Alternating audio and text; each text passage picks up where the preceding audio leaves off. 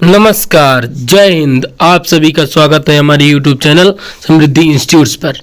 आइए हम आप लोगों के लिए और बेहतर आप लोगों के लिए संजीवनी बूटी लेकर के आए। MPTET जो 5 दिन बाद आप लोगों का पेपर है, तो आप लोगों के लिए मैं बहुत बेहतर क्वेश्चन लाया और इतने बेहतर क्वेश्चन मैं छांट के लाया हूँ जिससे आप लोगों को अपने लक्ष्य को पाने के लिए थोड़ी सी मदद मिल सकती है। तो आइए हम शुरू करते हैं आज का पहला सवाल। हमारा पहला सवाल कह रहा है कि पढ़ाते समय सामान्य कक्षा में अध्यापक का सर्वाधिक ध्यान किस मनोवैज्ञानिक तत्व पर होना चाहिए। जब आप एक शिक्षक हैं और जब आप कक्षा में पढ़ाते हैं, जब आप कक्षा में जाएंगे तो पढ़ाते समय किस चीज़ को सर्वाधिक ध्यान देंगे? मनोवैज्ञानिक तत्व पर, ये शिक्षण तकनीक पर, शारीरिक दक्षता पर, व्यक्तिगत भिन्नता पर, पारिवारिक स्थिति पर। तो हमारा जो ऑप्शन नंबर सी कह रहा है किस पर? व्यक्तिगत भिन्नता पर ध्यान देना चाहिए। हमारा ऑप्शन नंबर सी हमारा सही हो जाएगा। हम चलते हैं अब अगले सवाल पर। हमारा अगला सवाल कह रहा है, तो आइए हम दूसरा सवाल शुरू कर रहे हैं। व्यक्ति में उन मनोशारीरिक अवस्था का गतिशील संगठन जो उसके पर्यावरण के साथ अद्वितीय सामंजस्य निर्धारित करता है वह कहलाता है। ऐसा कौन सा जो है मनोवैज्ञानिक जो बालक के या मनोवैज्ञानिक के सारी अवस्था के गतिशील संगठन जो उसके पर्यावरण के साथ सामंजस्य बैठाता है, उसे क्या कहते हैं हम? क्या व्यक्तित्व कहते हैं, समायोजन कहते हैं, संवेदना कहते हैं, चरित्र कहते हैं? तो हम उसे क्या कहते हैं? उसे हम व्यक्तित्व कहते हैं। हमारा ऑप्शन नंबर ए हमारा सही हो जाएगा। अब हम चलते हैं अगले सवाल पर। हमारा अगला सवाल क्या कह रहा है? हमारा अगला सवाल कह रहा है कि केवल कागज पे पेंसिल जांचों द्वारा आकलन करता है। जो पेपर पेंसिल होता है उसके द्वारा यदि हम बालक की मूल्यांकन करते हैं, केवल जहाँ पर आ जाए वो क्या कर देता है? एक निर्धारित कर देता, केवल सीमित कर देता है। तो हमारा जो क्या कह रहा है ऑप्शन, सकल आकलन को बढ़ावा तो नहीं देता है, आकलन को सीमित कर देता है। समग्र मूल्यांकन को सुविधा प्रदान करता है, निरंतर मूल्यांकन को सुविधा प्रदान करता है। ऐसा नहीं है। हमारा ऑप्शन नंबर जो बी है सही हो जाएगा, आकलन को सीमित कर देता है। हम चलते हैं अब अगले सवाल पर। हमारा अगला सवाल क्या कह रहा है?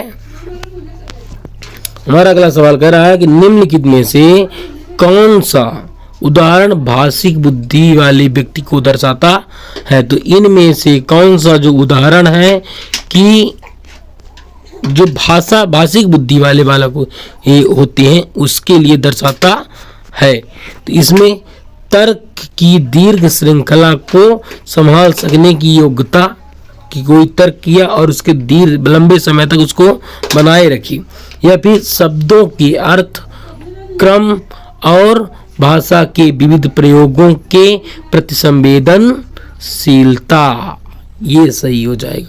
स्वर, राग एवं सुर के प्रति संवेदनशीलता ये नहीं होगा। ध्यान देना और दूसरे से अंतर कर सकने की योग्यता ये भी नहीं होगा। हमारा ऑप्शन नंबर बी सही हो जाएगा कि शब्दों के अर्थ और क्रम तथा भाषा की विविध प्रयोग के प्रति संवेदनशीलता। हम चलते हैं अगले सवाल पर। हमारा अगला सवाल क्या कह रहा है कि कक्षा 8 की एक पाठ्य पुस्तक में इस प्रकार के चित्र हैं। कक्षा 8 की कोई पाठ्य पुस्तक है, उस पर कोई चित्र दर्शाए गए हैं। तो उसमें कौन सा चित्र है कि शिक्षिका और एवं घरेलू काम करने वाली के रूप में महिला, शिक्षिका जो है घरेलू काम करने वाली महिला, जबकि डॉक्टर एवं पायलट के रूप में पुरुष। इस प्रकार के चित्र से बढ़ सकती है या बढ़ सकता है। इस प्रकार के चित्र से क्या बढ़ सकता है? इस प्रकार से चित्र से बढ़ सकता है हमारा ऑप्शन नंबर ए कह रहा है कि लिंग शक्तिकरण, क्या जो जिसमें महिला जो है घरेलू काम करती हुई दिखाई दे और पुरुष जो है पायलट और डॉक्टर के रूप में दिखाई दे, इस रूप में कैसे बढ़ाया? इसमें होगा हमारा ऑप्शन नंबर बी लिंग रूढ़िबद्धता। लिंग भूमि निर्माण के लिए भी नहीं होगा, लिंग स्थिरता ये भी नहीं होगा। हमारा ऑप्शन नंबर बी हो जाएगा लिंग रूढ़िबद्धता। ठीक है ना। अब चलते हैं हम अगले सवाल पर। हमारा अगला सवाल कह रहा है, इसमें जो हमारा ऑप्शन दिया है ये क्या है? गलत है, इसको आप लोग काट दीजिएगा। ठीक है ना। अब चलते हैं हम अगले सवाल पर। हमारा अगला सवाल कह रहा है कि असंगठित घर से आने वाला बालक सबसे अधिक कठिनाई का अनुभव करेगा। जो गरीब घर का बच्चा है, जो आदिवासी वर्ग का है, जो जंगल असंगठित वर्ग से आता है, वो जो बालक पढ़ने आता है, वह सबसे अधिक कठिनाई किस पर अनुभव करेगा? ऑप्शन नंबर कह रहा है स्वयं पाठ को तैयार करने में, स्वतंत्रता अध्ययन में, रोजगार के संदर्भ में, अभ्यास पुस्तिका में। तो वो करेगा स्वतंत्र अध्ययन में। हमारा ऑप्शन नंबर बी सही हो जाएगा। अब हम चलते हैं अगले सवाल पर। हमारा अगला सवाल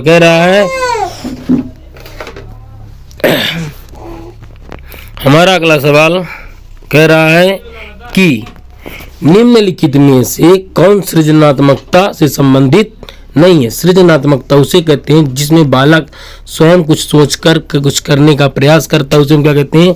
सृजन करना कहते हैं। ठीक है ना। तो हमारा ऑप्शन नंबर ए कह रहा है मौलिकता, प्रवाह, मतिव्ययी, उपयोगिता। तो उसमें मौलिकता होती है, प्रवाह होता है और उपयोगिता होती है। उसमें हमारा ऑप्शन नंबर जो सी कह रहा है कि मतिव्ययी नहीं होता है। ऑप्शन नंबर सी हमारा सही हो जाएगा। हम चलते हैं अब अगले सवाल पर। हमारा अगला सवाल कह रहा है कक्षा 5 के न्यून दृष्टि वाले बालक, कोई कक्षा 5 में बालक है जिसको थोड़ा कम दिखाई देता है। ठीक है ना, जिसको थोड़ा कम दिखाई देता है, तो उसे क्या करेंगे? निम्न स्तर के कार्यों के लिए उसे माफ करेंगे। यदि कोई थोड़ी बहुत गलती कर देता है तो उसे क्या हम माफ कर देंगे? उसके दैनिक कार्यों में उसके माता पिता तथा मित्रों की सहायता करनी चाहिए कि जो वो रोज कार्य करता है, उसके माता पिता और उसकी दैनिक कार्यों में उसकी सहायता करनी चाहिए। कक्षा में सामान्य रूप से वार्ता करना चाहिए और ऑडियो सीडी का उपयोग करना चाहिए। ठीक है ना। कक्षा में विशेष वार्ता करनी चाहिए, ऐसा तो नहीं है। हमारा ऑप्शन नंबर जो सी कह रहा है वो सही हो जाएगा। हमारा ऑप्शन नंबर सी क्या कह रहा है कि कक्षा में सामान्य रूप से वार्ता करनी चाहिए और ऑडियो सीडी की जानकारी में सहायता प्रदान करनी चाहिए। ठीक है ना। यदि आप लोग हमारा वीडियो अच्छा लग रहा है तो हमारे चैनल को सब्सक्राइब करें, लाइक करें, कमेंट करें। ठीक है ना। अब चलते हैं अगले सवाल पर। हमारा अगला सवाल कह रहा है कि आप देखते हैं कि एक विद्यार्थी बुद्धिमान है, तो आप क्या करेंगे? उसे सभी छात्रों के साथ संतुष्ट करेंगे, उसे अतिरिक्त गृह कार्य नहीं देंगे, ये भी नहीं। वह जैसे अधिक प्रगति कर सकता है वैसे ही अनुप्रेरित करेंगे। उसके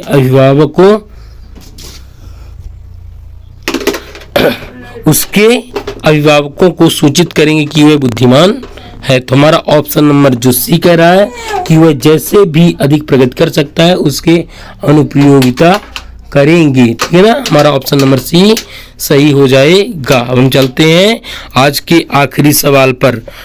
हमारा आज का आखिरी सवाल कह रहा है कि विशेष आवश्यकता वाले बालकों को शिक्षा उपलब्ध करानी चाहिए। जो विशेष आवश्यकता वाले बालक उनको कैसी शिक्षा उपलब्ध करानी चाहिए?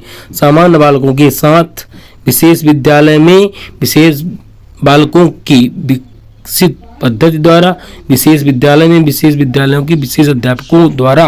हमारा ऑप्शन नंबर जो एक रहा है, अन्य सामान्य बालकों के साथ उन्हें शिक्षा देनी चाहिए। ठीक है ना। यदि आप लोगों को हमारा वीडियो अच्छा लग रहा है तो हमारे वीडियो को लाइक करें, कमेंट करें और सब्सक्राइब किए बिना आप लोगों को जाना नहीं है। ठीक है ना। अब हम आज ये सेशन अपना यहीं पर हम समाप्त करते हैं।